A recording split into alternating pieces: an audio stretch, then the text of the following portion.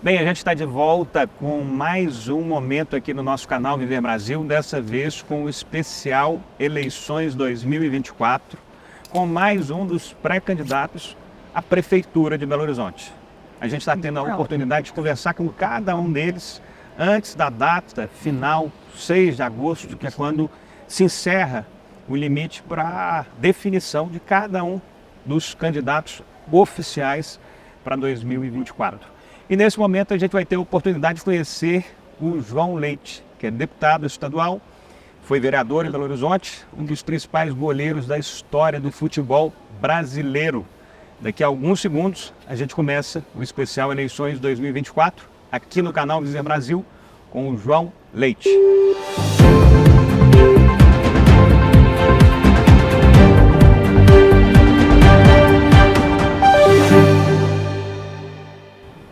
Bem, conforme eu disse, a gente está aqui perto, na verdade, nas redondezas da Praça da Estação. Eu estou aqui com o nosso prezado João Leite, deputado estadual, e com a Marina, que é neta dele. Antes de começar essa conversa, eu gostaria de mais uma vez agradecer a cada um de vocês que estão assistindo o canal Viver Brasil, seja aqui em Belo Horizonte, em Betim, em Contagem, em Nova Lima, em Sabará, em Juiz de Fora, em Governador Valadares, em Ipatinga, em Uberaba, Uberlândia, a cada uma dessas cidades que acompanham o canal Viver Brasil pela Claronet, nos canais 9 e 527 HD, o nosso compromisso está sempre levando os melhores conteúdos. E além disso, obviamente, seguir com o nosso combinado, que é esse especial, meu caro João Leite, onde a gente está tendo a oportunidade de conhecer um pouco melhor, de conversar com cada um dos pré-candidatos que estão se colocando neste momento para a disputa da Prefeitura de Belo Horizonte. Em primeiro lugar, eu gostaria de agradecê-lo pela presença de estar aqui conosco. O João Leite é um desses pré-candidatos pela cidadania PSDB. E ele vai contar um pouco dessa história, do amor que ele tem, da relação que ele tem com Belo Horizonte. E depois que a gente falar um pouco sobre a vida dele, sobre as passagens que constroem a pessoa João Leite, no segundo bloco a gente vai focar em falar sobre Belo Horizonte. E aí entender quais são os planos dele, o que ele imagina e por aí vai.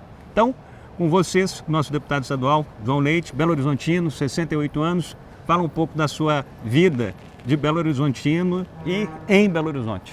Eu quero agradecer muito essa oportunidade, estava ansioso mesmo e gostei muito da abordagem, não é? O que é mais importante em Belo Horizonte para você? O que em Belo Horizonte marca? Então eu gostei muito disso e estou sempre vivendo muito essa cidade, acompanhando as transformações dessa cidade. Eu lembro de uma Belo Horizonte, na minha infância, muito diferente do que é hoje. Primeiro, o clima. Você nasce aqui em Belo Horizonte, né? Nasci em Belo Horizonte, na Vila Oeste. Hoje, onde eu vivi, nós tínhamos diversos campos de futebol na Vila Oeste. Hoje é a Via Expressa. E debaixo da Via Expressa nós temos o Rio Tijuco. Então eu nasci no Vale do Rio Tijuco. Uma alegria muito grande. Filho de policial. Meu pai chegou a ser policial do governador Juscelino Kubitschek, que foi prefeito de Belo Horizonte também. Então, minhas conversas na minha infância eram muito em relação a tudo que meu pai falava de segurança pública, de muitas outras coisas. E era pra gente, assim, uma distância imensa sair da Vila Oeste e vir até o centro de Belo Horizonte. Era interessante que nós tínhamos um bonde.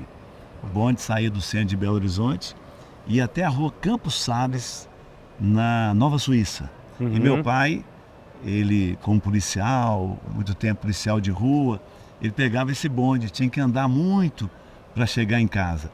E era um tempo que não tinha energia elétrica. Né? Para quem não conhece bonde, a nova geração, as pessoas que não sabem, o bonde nada mais é que tipo vagões que andam em trilhos dentro da cidade e fazem os percursos resolvendo muitas das áreas que a gente poderia estar resolvendo hoje e não temos, mas, em resumo, são ônibus que andam em trilhos dentro das cidades. É isso mesmo, e que o mundo inteiro preservou. Eu vivi em Portugal, Porto, Lisboa tem bonde ainda, e é uma atração. Londres tem, Berna tem, então nós temos essa lembrança em Belo Horizonte. Além dos trólebus, que eram ônibus elétricos, o trem elétrico, né? Tudo isso faz parte da minha infância, mas especialmente o futebol, que eu amava muito lá na Vila Oeste. Comecei jogando no time da Vila Oeste chamado Alvorada. Você falou que tinha muitos campos, é a partir de lá que você começa? Ali que eu começo. Na Vila Oeste nós tínhamos espaço para tudo. E é ali que eu comecei. Meu pai era jogador desse time, Alvorada. Minha família inteira jogava nesse time, meus primos, todos. E uma paixão muito grande pelo Atlético, né? Minha família praticamente toda torcedora do Atlético. E eu, jovem ainda, fui fazer um teste no Atlético. Passei naquele teste, comecei a ser jogador do juvenil do Atlético. E você tinha quantos anos? Só pra gente, mais ou menos. 16 anos. 16 anos. Com 16 anos eu comecei a jogar. Antes dos 16 eu já trabalhava. Aqui onde nós estamos, né, que estamos aqui gravando, era um lugar que eu via muito, que era... eu era um office boy do escritório do meu tio, que era contador. Então eu tinha que vir fazer muitas coisas aqui nessa região. E era interessante porque quando eu tive carro, eu acostumava descer a pé a Avenida Amazonas. Só que a pé não tem contramão, né? Quando passa a Tupinambás, passa a ser contramão para quem está descendo. Quando eu tive carro, eu entrei na contramão descendo direto. De tanto que eu trabalhei nessa região. Mas aí veio o meu tempo de atleta. Era um time que o Atlético tinha muito bom no juvenil. Antes de entrar no futebol, você estudou onde? Como é que foi sua formação acadêmica? Você teve essa passagem inteira ou você escolheu o futebol e foi nele? Um tempo nós mudamos para o bairro São Pedro. Eu comecei a estudar, então, num grupo escolar, João Pessoa. Mas minha mãe sonhava de eu ir, e minhas irmãs também, meus irmãos, somos 5. Esse João Pessoa era onde? Lá? Na Rua Congonhas, okay. no bairro Santo Antônio. Existe o local até hoje. Até hoje existe o local. E minha mãe queria que eu estudasse no Colégio Marista, Dom Silvério. E minha mãe vai um dia lá, então, e fala com o diretor do colégio: eu quero que meu filho estude aqui, mas eu não tenho dinheiro. Mas eu lavo as roupas dos irmãos aqui. Ela falou? Sua mãe? Minha mãe falou. Eu quero que meu filho estude aqui. E aí o irmão, mas ficou meio assim com minha mãe. Sem saber o que falou, respondia? Não, ele tem uma bolsa. Mentira. Na hora? Ele me deu uma bolsa para eu estudar lá. E depois minha tia... E sua mãe realmente fez o trabalho? Não ou fez. Não precisou? Eles não aceitaram. Conseguiu a bolsa e também não precisou fazer aquela ação especificamente. E eu a tenho até hoje. Minha mãe está com 92 anos, às vezes eu durmo com ela. E lembrando sempre dessas coisas que ela fez, né? Depois minha tia... Você dorme com sua mãe ainda aos 92? Que delícia! Que maravilha! Eu estou esperando você, Dolores. Você pode ficar aí mais uns 20 anos, nós vamos continuar dormindo junto. 20, 30, quando você quiser. Então, aí minha tia ficou muito bem de vida, trabalhava para um banco americano e ela passou a pagar. Porque o colégio lá tem que pagar. Depois meu pai, ele aposentou na polícia e ele começou a pagar o colégio. Então eu estudei 7 anos no colégio do Silvério. E... Você formou lá? Não formei. Estudo, não. Porque aí veio o futebol. E o futebol, outro dia eu falei com uma pessoa, uma médica, uma doutora, o filho apaixonado com futebol e jogando direitinho. E ela falou assim: ele vai estudar, ele vai. Isso foi uma coisa, dá tempo para tudo. Ele vai jogar agora. E quando ele tiver 38, 37 anos, ele não vai jogar mais. Aí o que vai acontecer? Ele vai estudar. Foi assim que eu formei. Depois de parar. Você formou depois, então? Depois que você finalizou o futebol? Formei em História e depois. Oi, amor. Você para quando? Com 16, 17? Quando você começa a jogar no Atlético? Eu começo a jogar no Atlético, né? Com 16 na base. Depois passo para o time principal com 21 anos de idade. e terminei minha carreira com 37 anos de idade, já candidato a vereador em Belo Horizonte. Excelente. Então, 21, você começa formalmente no futebol profissional. Isso. Fica até os 36 anos de idade. 37? 37 anos de idade. De 21 a 37 anos de idade, você considera que foi o período mais importante da sua vida como ser humano, como cidadão? Foi o que te formou e que te trouxe à vida pública? Sim, porque eu não adquiri nesse tempo um conhecimento acadêmico. Você não tem tempo para estudar.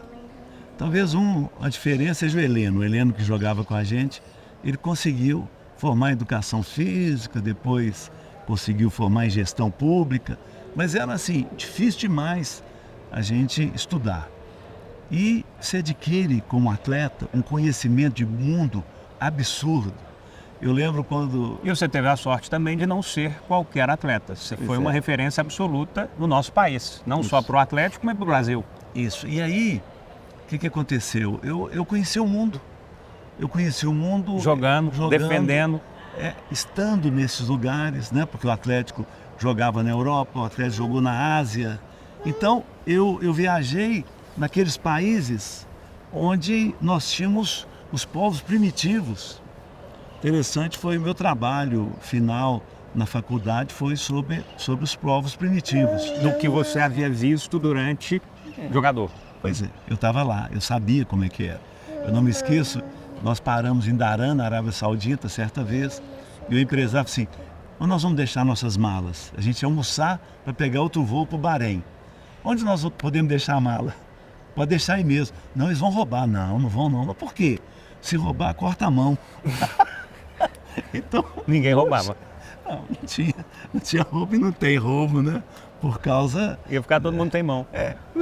Todo mundo maneta. Bom, então esse conhecimento de mundo e o que o esporte proporciona pra gente, assim, de convivência e de momentos, assim, de grande apreensão, pressão o tempo todo, finais de campeonato, jogar na seleção brasileira, isso é uma formação... Endurece o corpo. Endurece. Eu falei com essa pessoa que estava falando que queria que o filho estudasse, assim, deixa ele.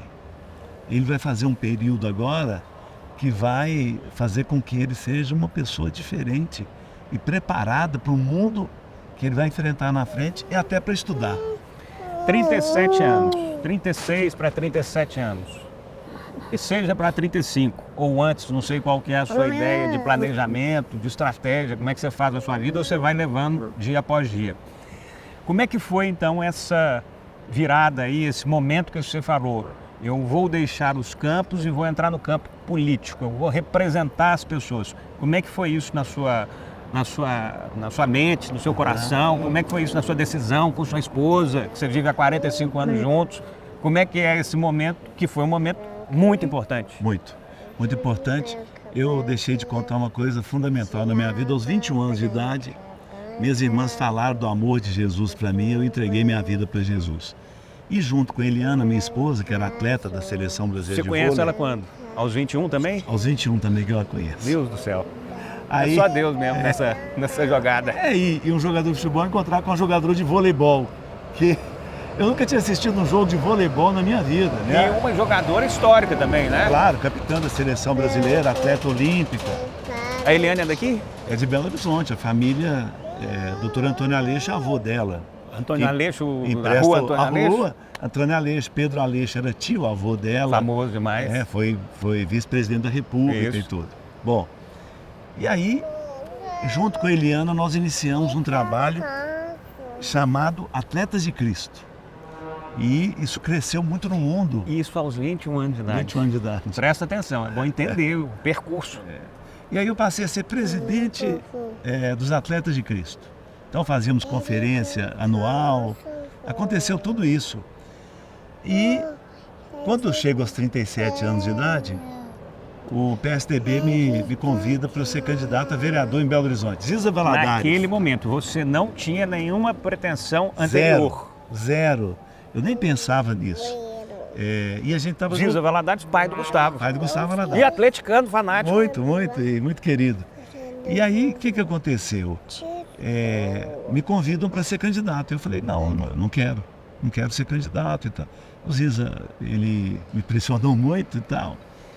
E eu falei assim, tá bom, pode me filiar no PSDB, porque eu gostei demais do que fizeram na Praça da Liberdade. Eu gostei também que o Pimenta da Veiga fez muitas escolas. Olha a Marina colocando o óculos. Do vovô, né, Marina? Ah. Então eu falei assim, pode me filiar, mas eu não sou candidato. Aí Eliana achava que eu tinha que ser candidato, meu pastor achava que eu tinha que ser candidato, mas eu não queria, eu estava duro. Aí um dia chega o Heleno para mim, nós somos amigos desde os 16 anos de idade. O Heleno, jogador que formou em educação física no decorrer do caminho. Isso mesmo. Aí ele fala comigo, você tem que ser candidato.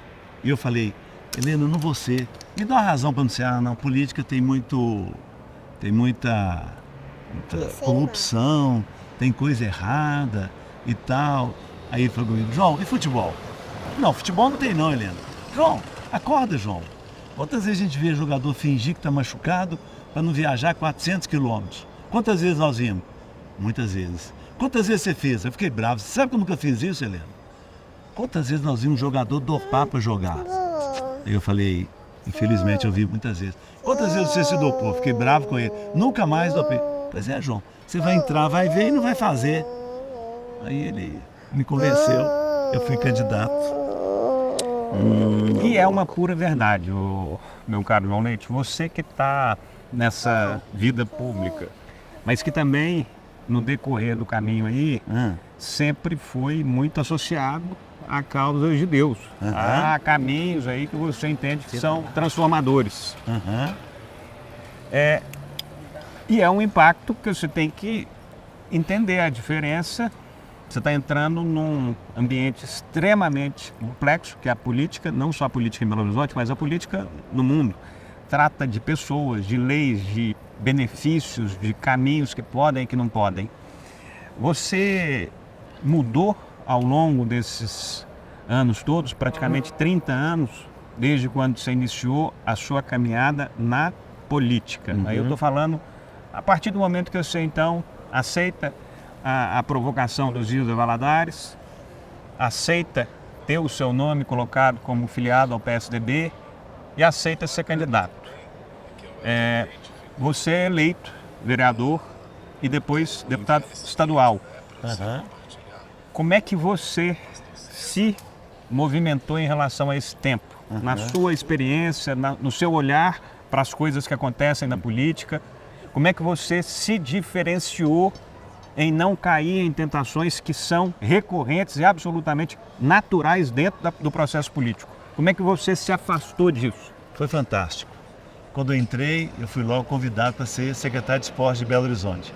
Fiz 12 projetos muito ligados ao esporte como social.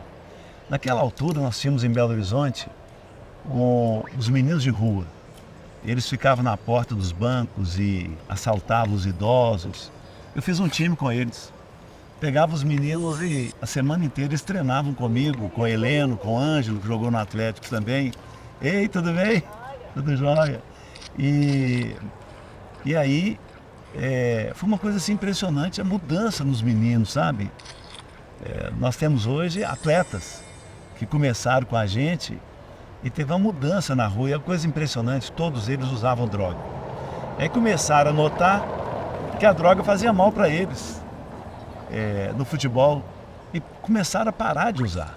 Fizemos um projeto chamado Dente e Leite, ex-jogadores de futebol, dando treino para crianças no contraturno da escola. De manhã está no projeto, à tarde na escola.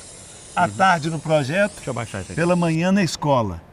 Então, era desse jeito que nós começamos. Depois fiz escolinha, fiz quadra aberta, ruas planas, fechava a rua e eu consegui uma parceria com uma empresa e ela doava as redes e as bolas.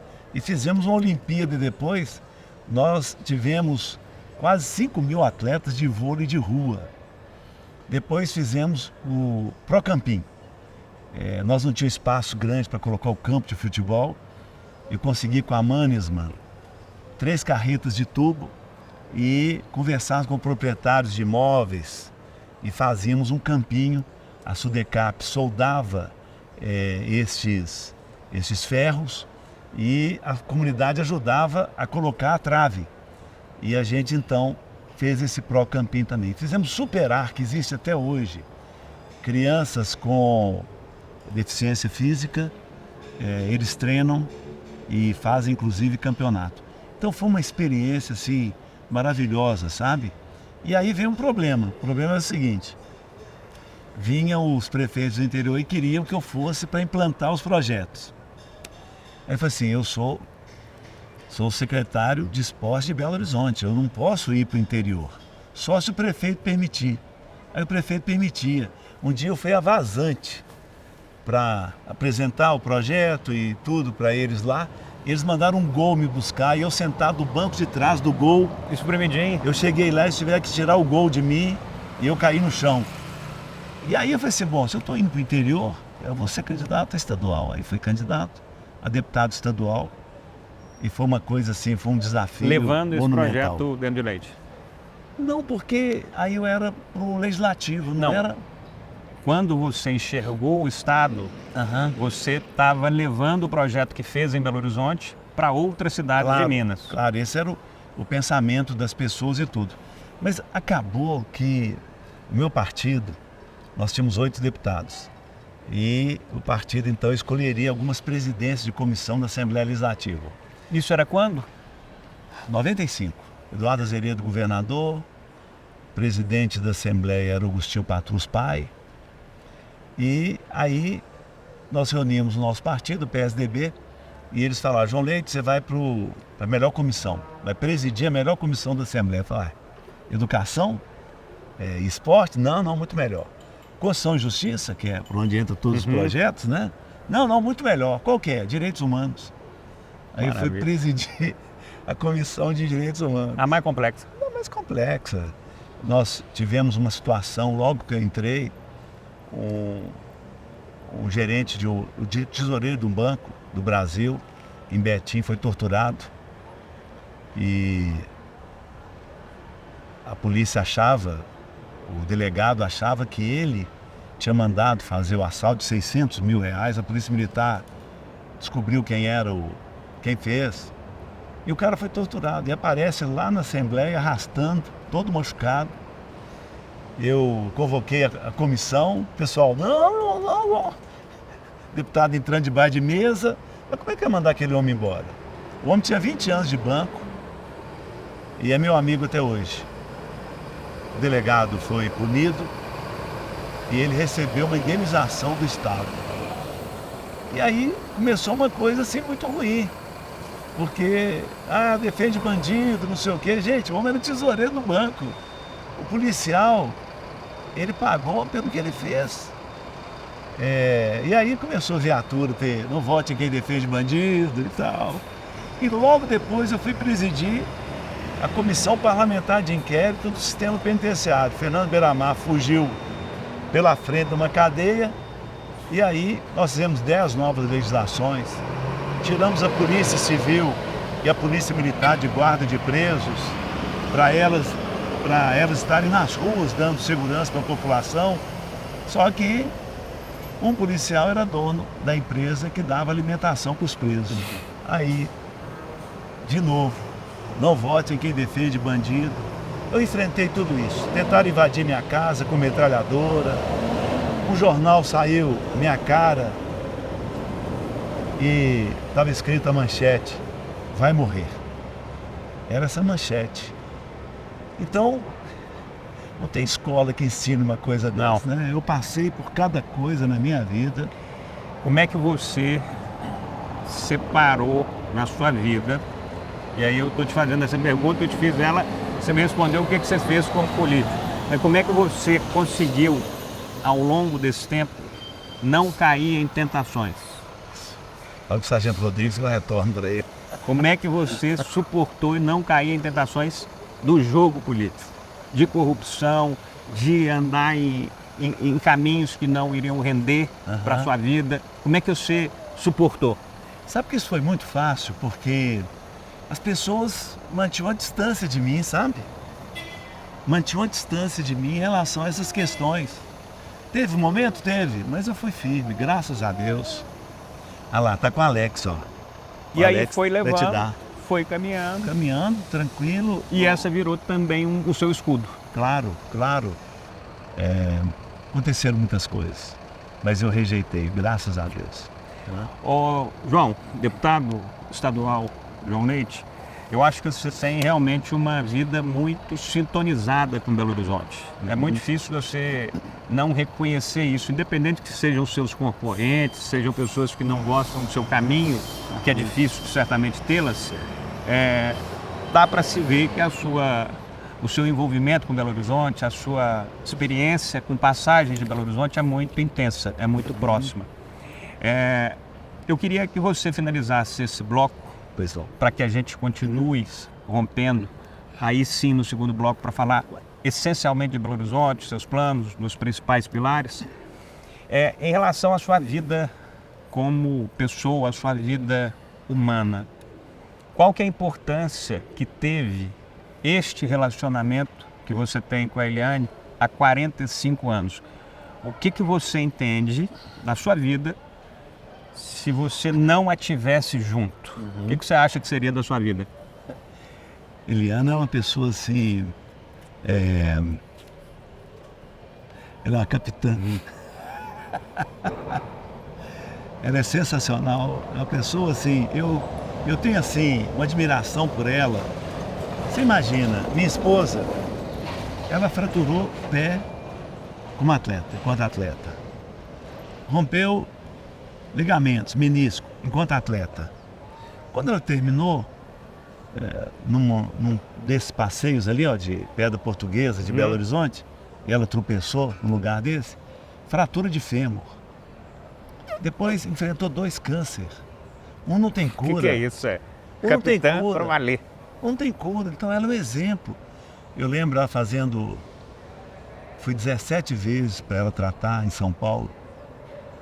E quando terminava 7 horas de tratamento dela, ela falava comigo: João, grava um vídeo.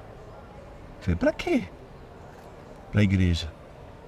E para as irmãs, muitas estão fracas, sofrendo lutas. Eu preciso falar com elas, que dá para vencer. Bem, não faço isso não. 17 vezes ela gravou um vídeo e mandou para as pessoas. Que espetáculo. É um negócio assim, impressionante. Uma mulher forte, sabe? Assim, ela é uma bênção, porque ela ajuda de pessoas. O telefone dela não para. Pessoas pedindo oração, para ela orar pelas pessoas. É um negócio assim impressionante. É um treinamento viver com a Eliana, né? Porque ela...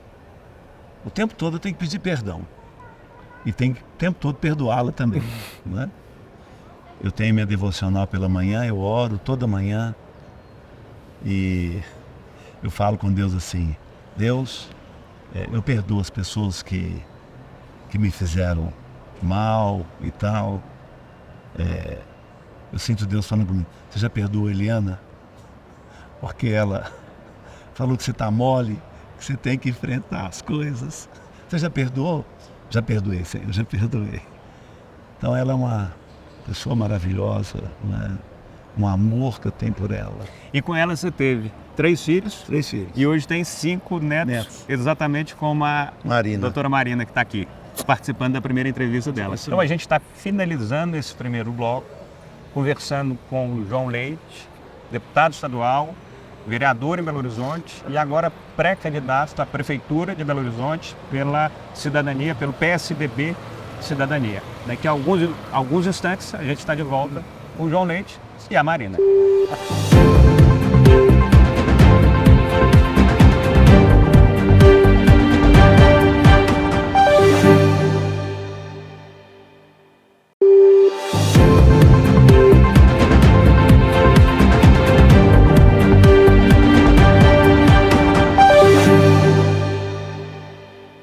Bem, nós estamos de volta com o nosso especial Eleições 2024 aqui no canal Viver Brasil. Eu queria mais uma vez agradecer a você que está nos acompanhando, seja de Belo Horizonte, seja de Betim, de Contagem, de Nova Lima, de Sabará, Juiz de Fora, Ipatinga, Governador Valadares, Uberaba, Uberlândia. A cada uma dessas cidades, o nosso muito obrigado. A gente volta aqui de uma das praças mais antigas que a gente tem em Belo Horizonte, Praça Rui Barbosa, que fica em frente à estação rodoviária, a estação ferroviária da nossa cidade. Eu estou aqui com o João Leite, que é deputado estadual, e um desses corajosos que estão se dispondo a aceitar a missão de concorrer à Prefeitura de Belo Horizonte. Você já teve 3 disputas em Belo Horizonte, 3 vezes que você se disponibilizou a ser o gestor da nossa cidade. Você tem uma caminhada na atividade pública que é indiscutível, seja como vereador por 2 anos, mas deputado estadual por diversos mandatos. 28 anos de caminhada servindo a população. O que te move neste ano de 2024 a colocar seu nome novamente, a fazer este movimento de uma campanha, de pedir voto, de convencer as pessoas, de colocar o seu pensamento? Como é que você, então, decidiu fazer essa caminhada agora em 2024? Depois da 3ª tentativa, sendo a 4ª, que certamente só pode ser a 4ª da vitória. É isso aí.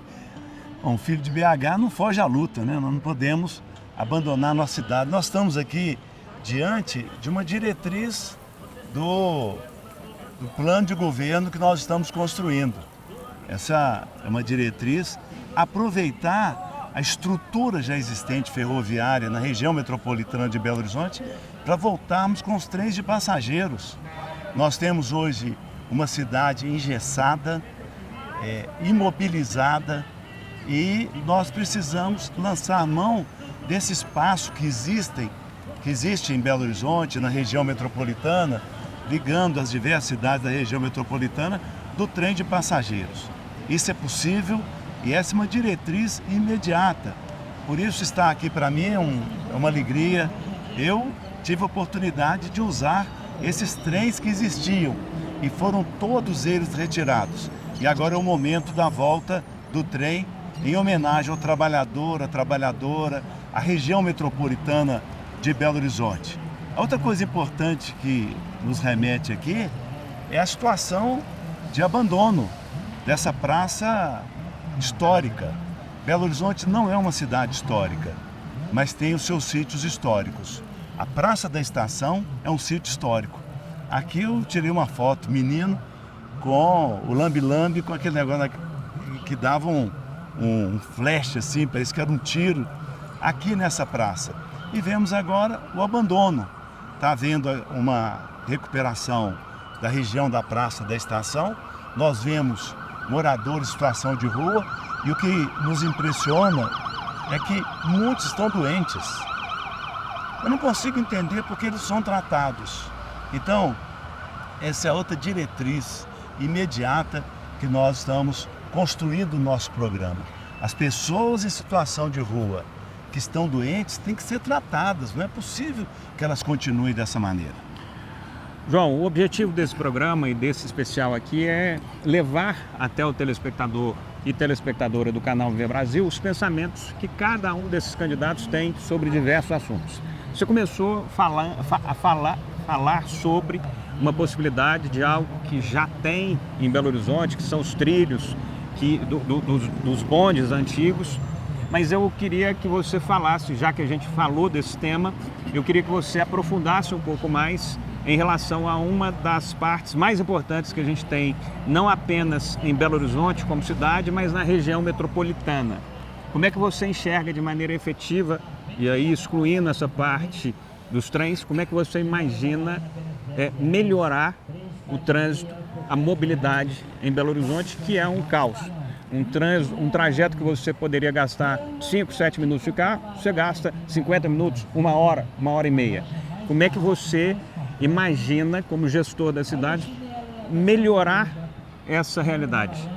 Olha, nós vivemos em Belo Horizonte a partir de equívocos, decisões que não foram bem analisadas e foram tomadas. Por exemplo, nós temos uma imensidão de linhas de ônibus que vem da região metropolitana, vem dos bairros, todos em direção ao centro de Belo Horizonte. O trabalhador, a trabalhadora, eles estão sofrendo com essa situação. E aí, o lugar vazio, ele vai ser ocupado. E está ocupado hoje pelo Uber, está ocupado pelas motos, mototáxis aqui em Belo Horizonte. E nós precisamos de uma verdadeira mudança com mão firme em relação à mobilidade em Belo Horizonte.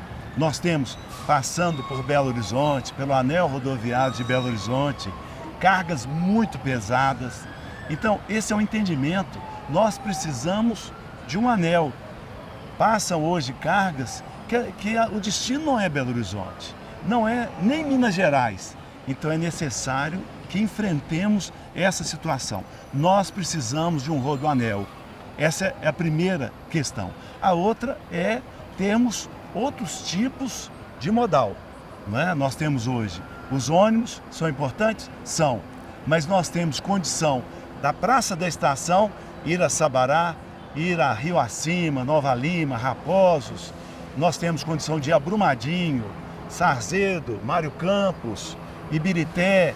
Nós temos condição de ir a Vespasiano, temos condição de ir a Pedro Leopoldo por ferrovia, por trem de passageiros. Então, essa mudança é urgente. Essa é uma diretriz do nosso programa, do PSDB, de cidadania, dessa federação, para darmos mobilidade para Belo Horizonte, que hoje não tem.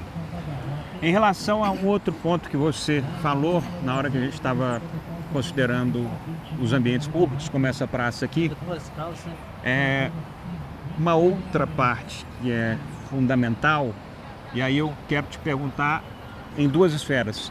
O que você entende que é responsabilidade do município e o que você entende que é responsabilidade do Estado, seja o Estado regional ou o Estado brasileiro, em relação à saúde? Eu estou te perguntando para você falar para os nossos telespectadores o que você entende que é responsabilidade do município, da prefeitura, em relação à saúde e como que isso pode ser melhorado, turbinado para atender ainda mais pessoas e com mais qualidade.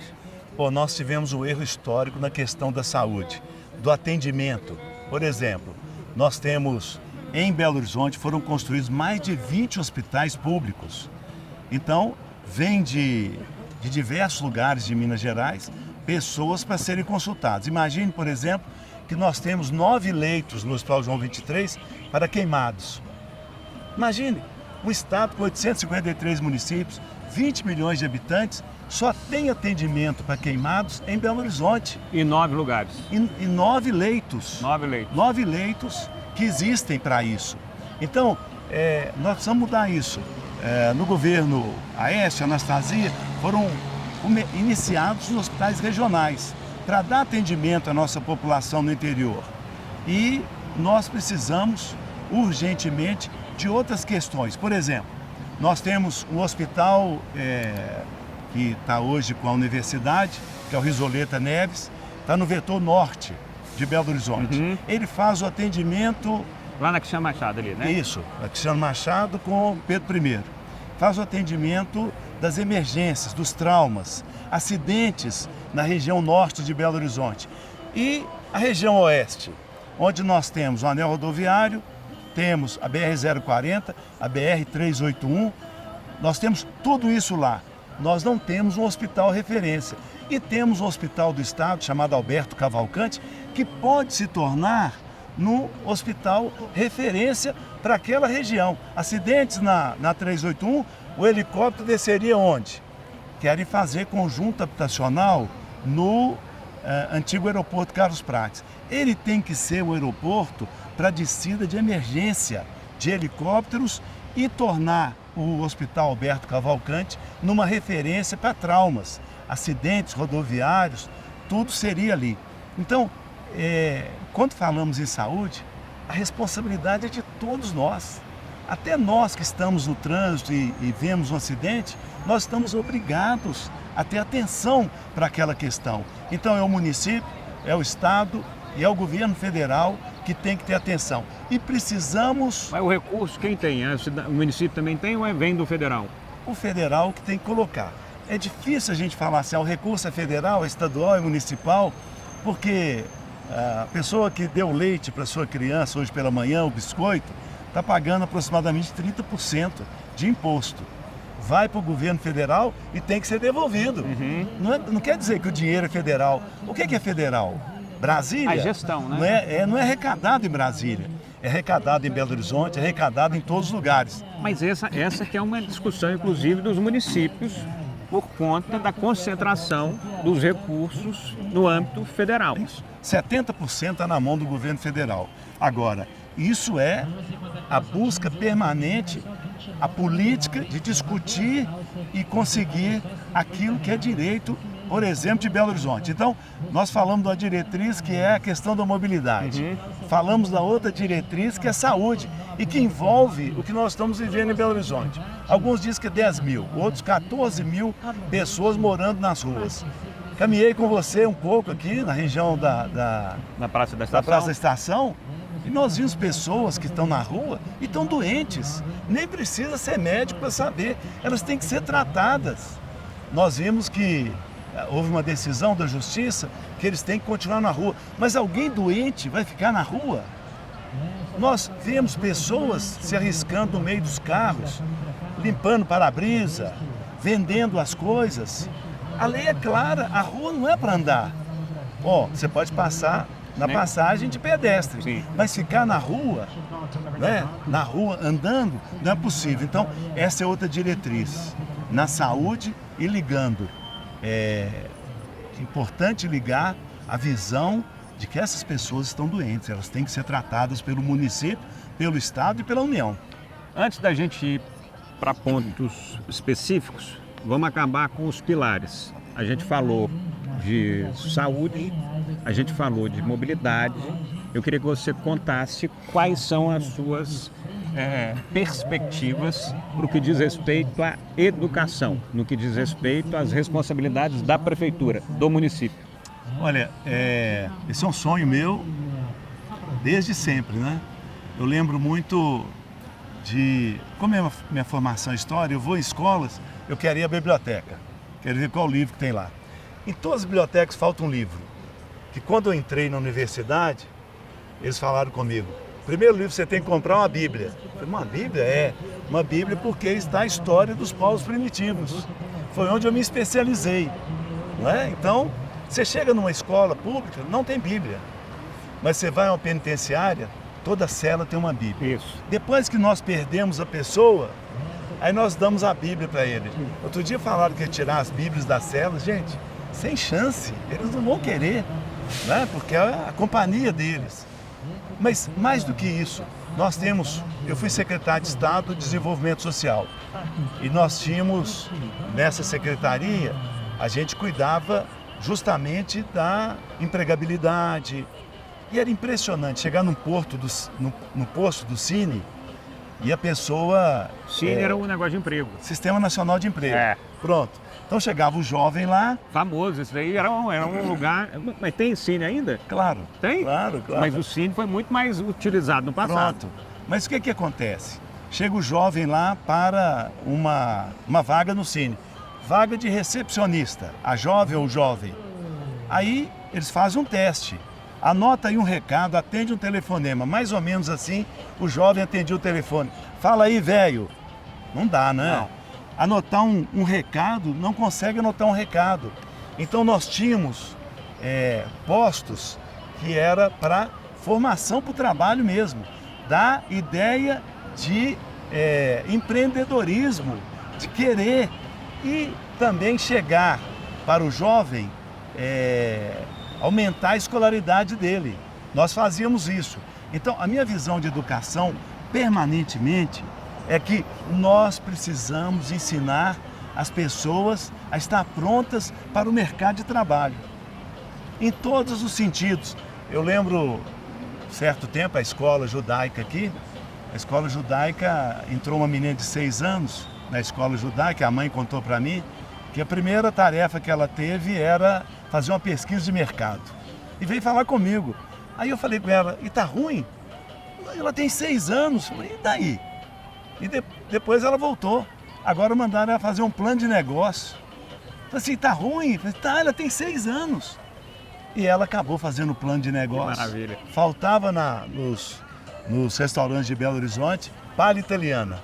Então ela fez o plano de negócio, tinha que comprar mais um fogão, ter mais uma pessoa para ajudar na cozinha para entregar as palhas italianas. E logo depois teve que fazer uma revisão do plano, porque já não estava conseguindo mais entregar.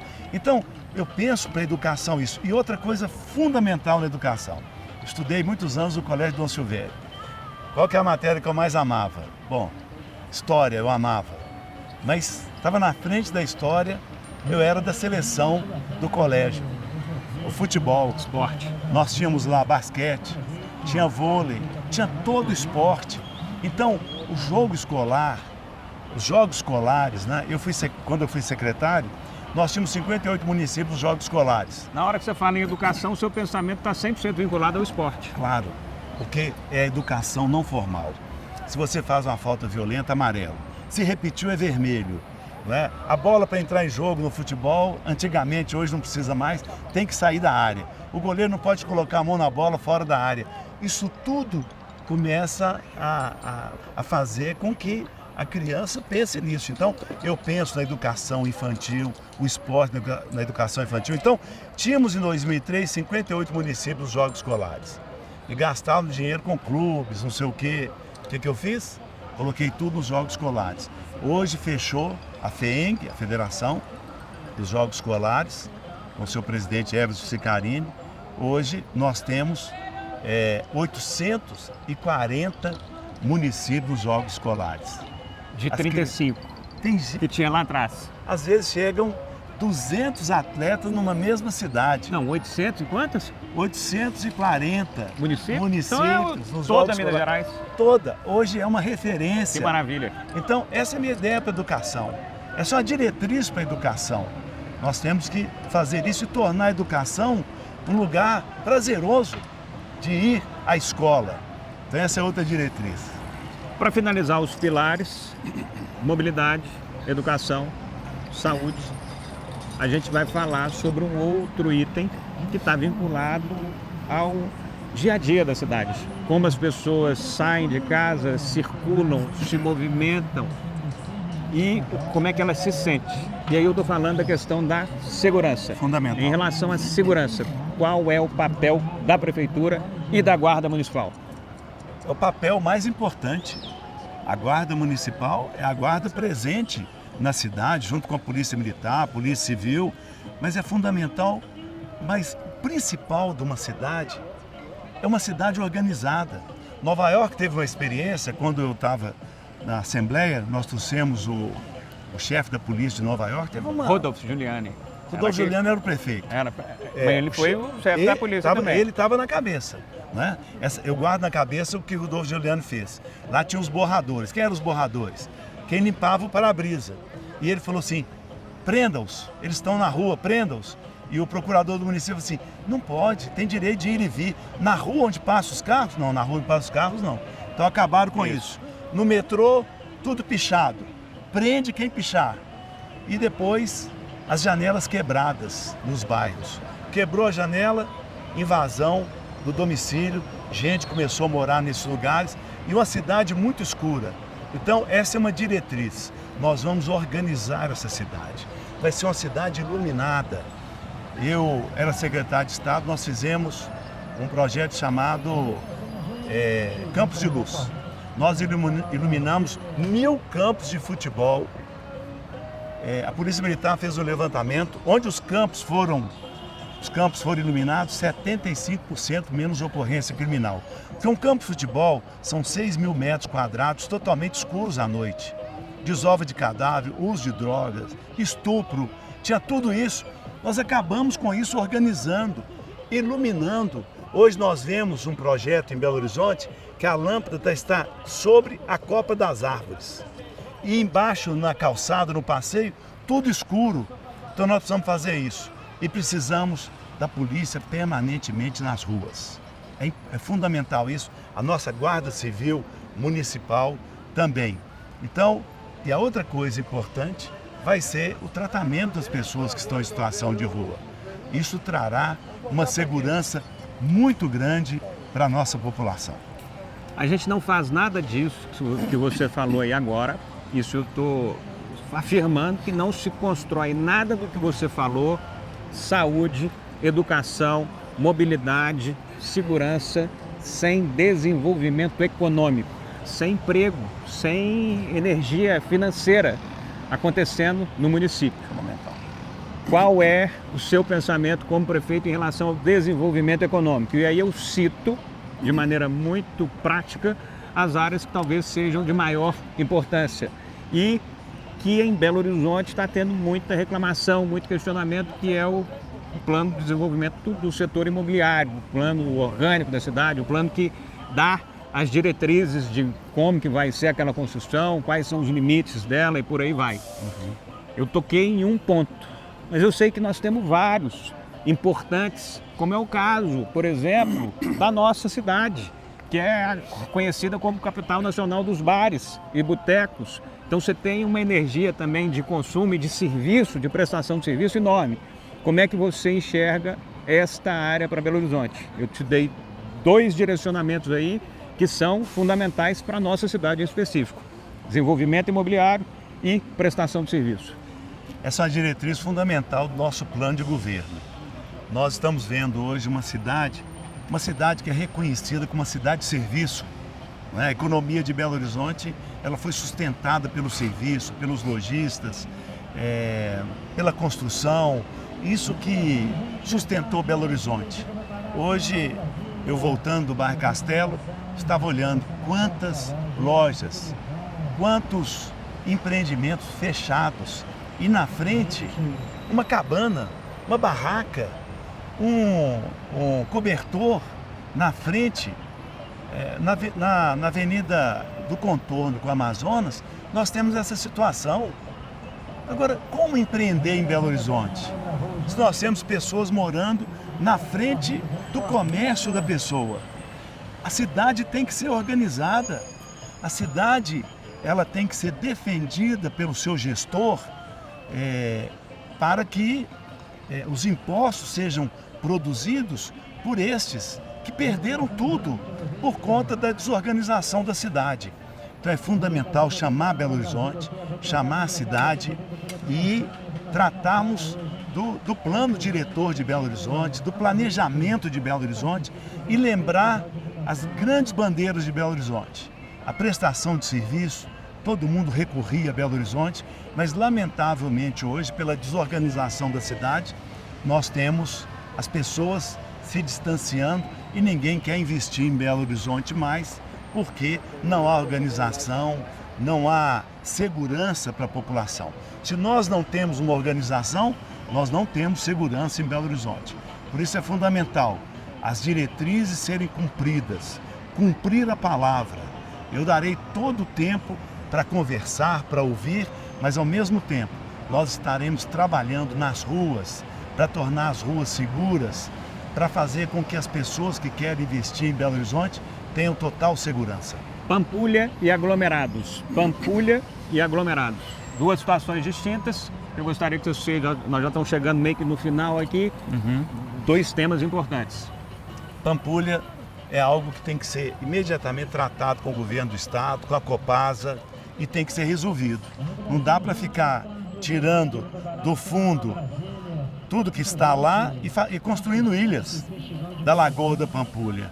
Então, é fundamental isso. Vamos enfrentar porque é muito importante que a gente tenha esse nosso cartão postal que tantos belo-horizontinos reconhecem como o lugar que eles gostam em Belo Horizonte. Mas o seu pensamento para Pampulha é um pensamento só de manter a situação parada, sem nenhum tipo de iniciativa para ficar lá do jeito que está? Ou você imagina que a Pampulha, a sua borda e a sua região podem ser um atrativo turístico, com novos empreendimentos, com bares, restaurantes, alternativas para as pessoas que ali estão? Você enxerga a Pampulha desta forma no futuro ou ela permanece como está? Eu vislumbro a Pampulha como algo que pertence à humanidade, já foi decidido isso. Então o gestor de Belo Horizonte tem que ter uma atenção especial. Hoje eu vejo, quando eu passo pela Pampulha, as pessoas correndo, caminhando. É um lugar agradável, mas em algum ponto, perto da Igreja de São Francisco, Parque Guanabara, você sente o mau cheiro, né? Não é um lugar que... E nós precisamos resolver essa questão para que possa avançar mais a Pampulha em relação a termos mais pessoas e atração na Pampulha. Aglomerados, as chamadas favelas, as pessoas precisam de uma assistência maior, melhor, onde se possa provocar um desenvolvimento.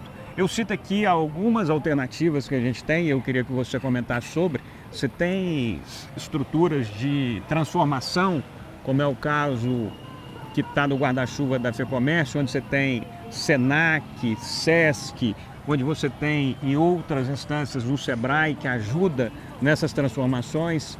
Como é que você enxerga essa possibilidade de realmente transformar a vida nos aglomerados, que além de pessoas tem oportunidades? Desde que eu fui secretário de esporte de Belo Horizonte, já vão muitos anos, eu investi nos aglomerados. Naquele tempo nós tínhamos as crianças vindo para o centro de Belo Horizonte, para Savassi, onde não passam fome, né? Passa alguém, dá um alimento, dá um dinheiro, mas a minha percepção é que a pessoa tem que ficar no seu aglomerado, na sua vila. Eu fiquei na minha vila a minha infância toda. Eu era vigiado por todo mundo me conhecia, sabia quem era o meu pai. Então, nós temos que investir nesses aglomerados. Eu gosto às vezes de falar da Vila Olímpica na vila. Nós temos o aglomerado de Santa Lúcia, lá nós temos 2 campos de futebol, nós temos quadra, nós temos próximo uma escola e temos um posto de saúde. Então você tem tudo ali para atender a criança, o jovem, o trabalhador e a trabalhadora. Então é investir nesse espaço para que ele permaneça ali, tenha área de lazer, tenha atendimento. É isso que eu sonho para os aglomerados. Está claríssimo. Nós temos alguns poucos minutos para a gente finalizar esse segundo bloco. Eu acho que a gente teve a oportunidade de conhecer o seu pensar sobre a nossa cidade nos principais pilares. Eu gostaria que você finalizasse, se você fosse vender Belo Horizonte para fora, como é que você venderia a nossa cidade? E finalize com o retrato que você gostaria de ter ao deixar a Prefeitura de Belo Horizonte. Então são 2 perguntas. Uma, como é que você venderia a nossa cidade para fora? E a outra, qual é o retrato que você gostaria de ser lembrado que deixou a cidade como seu prefeito? Bom, eu venderia Belo Horizonte como esta cidade que foi sonhada pelos seus arquitetos, seus pensadores, que teria 100 mil habitantes. Essa cidade cresceu dessa maneira, um povo muito querido, lugares maravilhosos dessa cidade que nós temos, esse que nós estamos aqui, que é o meu ponto na cidade, mas nós temos a Serra do Curral, nós temos a Lagoa da Pampulha, monumento da humanidade, nós temos a Praça da Liberdade, né, aquela estação de conhecimento, de museus, tão importante, o Palácio da Liberdade. Então, para mim é uma paixão muito grande e eu apresento para vocês a nossa querida Belo Horizonte, o meu amor. João Leite, queria te agradecer por ter dado essa oportunidade de a gente conhecer um pouquinho melhor sobre a sua trajetória, sobre os seus pensamentos e sobre o que você deseja para Belo Horizonte. Parabéns por essa caminhada linda, seja na pessoa física, seja no representante popular. Eu acho que é realmente admirável tudo que você falou da sua esposa Eliane, a forma como você constituiu a sua vida nos primeiros passos. Eu não tenho a menor ideia de quem vai ser eleito, mas é um destino que está marcado aí para que a gente saiba daqui a alguns dias, semanas, meses. Boa sorte. Obrigado. Quem sabe, né? A quarta vez, né? A sua profecia. Boa sorte. Obrigado. Obrigado. Obrigado, gente.